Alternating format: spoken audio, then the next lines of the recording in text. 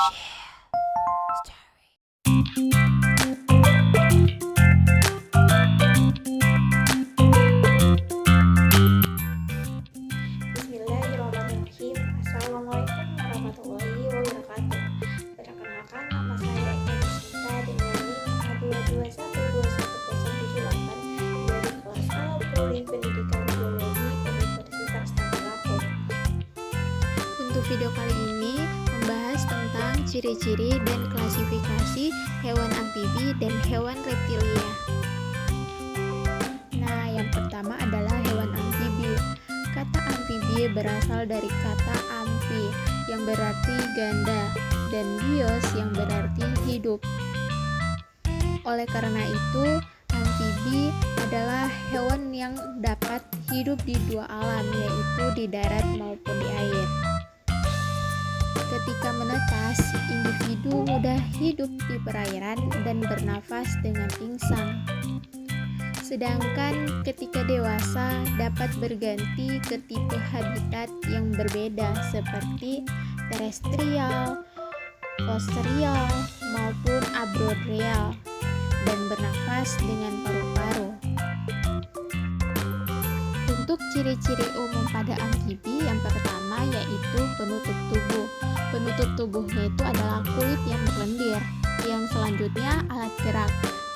Dua pasang kaki, pada setiap kakinya itu terdapat selaput renang yang terdapat di antara jari-jari kakinya, dan kakinya berfungsi untuk melompat dan berenang.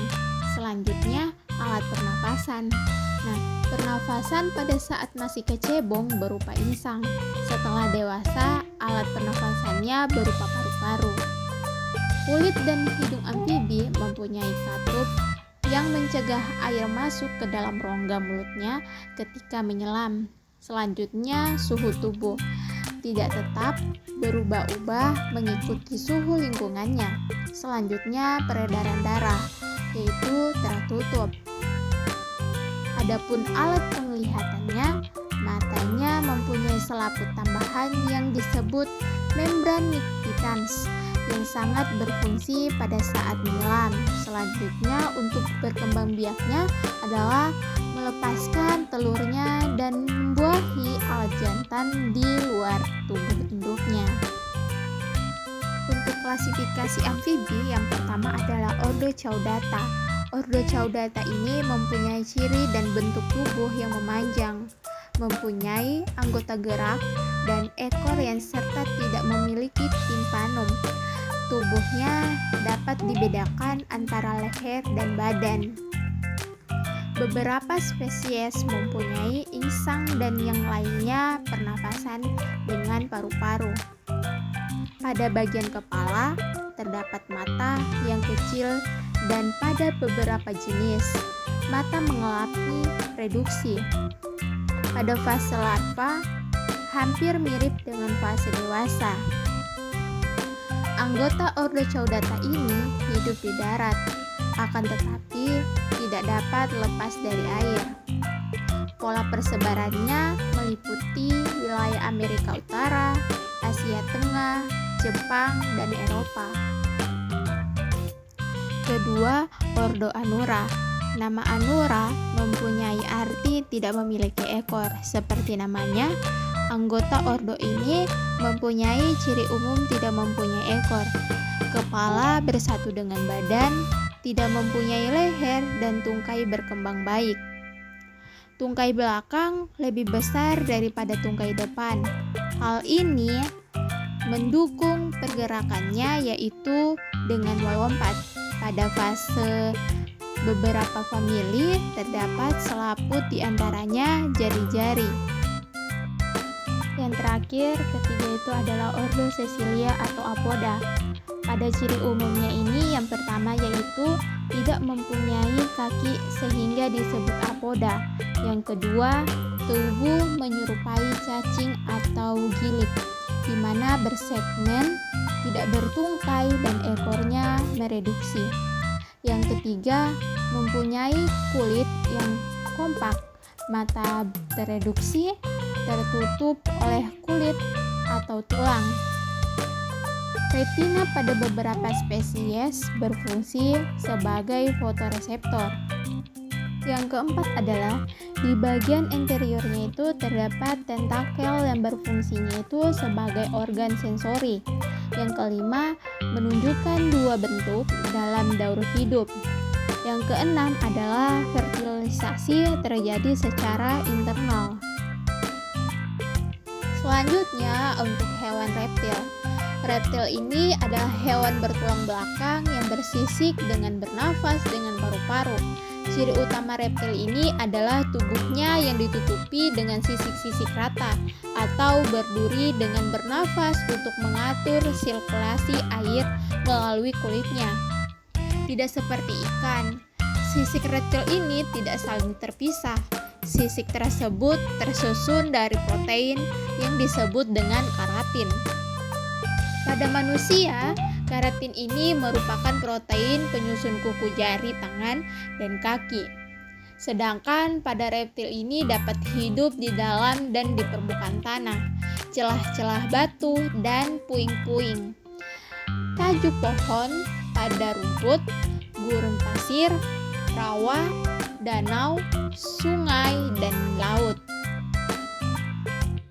Secara umum, reptil memiliki ciri-ciri yang pertama yaitu tubuh ditutupi kulit kering, bertanduk, atau tidak licin, biasanya dilengkapi sisik atau kuku, dan kelenjar di permukaan hanya sedikit. Yang kedua, memiliki dua pasang anggota badan, masing-masing dengan 5 jari yang pada bagian ujungnya terdapat cakar dan dapat digunakan untuk berlari, merayap, atau memanjat. Anggota badan menyerupai dayung pada penyu, memendak pada kadal, dan tidak ada anggota badan pada beberapa jenis kadal dan semuanya jenis ular. Yang ketiga, kerangka terdiri dari tulang keras, tengkorak, dilengkapi rongga oksipital. Yang keempat adalah jantung terdiri dari 4 ruang yang belum terpisah sempurna. 2 serambi dan vertikalnya yang sebagian saling terpisah, 1 pasang berkas aorta. Sel darah merahnya oval bikonkav dengan inti. Yang kelima adalah respirasi dengan paru-paru. Pada kura-kura, air dilengkapi dengan respirasi kloaka. Yang selanjutnya, keenam, terdapat 12 pasang saraf kranial. Yang terakhir, yang ketujuh adalah suhu tubuhnya itu berubah-ubah bergantung pada suhu lingkungan. Selanjutnya untuk klasifikasi pada reptil, yang pertama adalah Orthocrocodilia.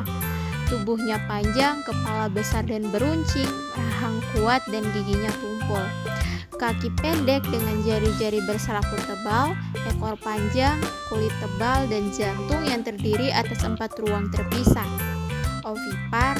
Nah, telinganya itu bertulang kecil, contohnya Crocodylus porosus. Atau ciri morfologi Crocodylus porosus ini yaitu memiliki reptil yang paling besar. Beratnya mencapai 1000 sampai 1200 kg.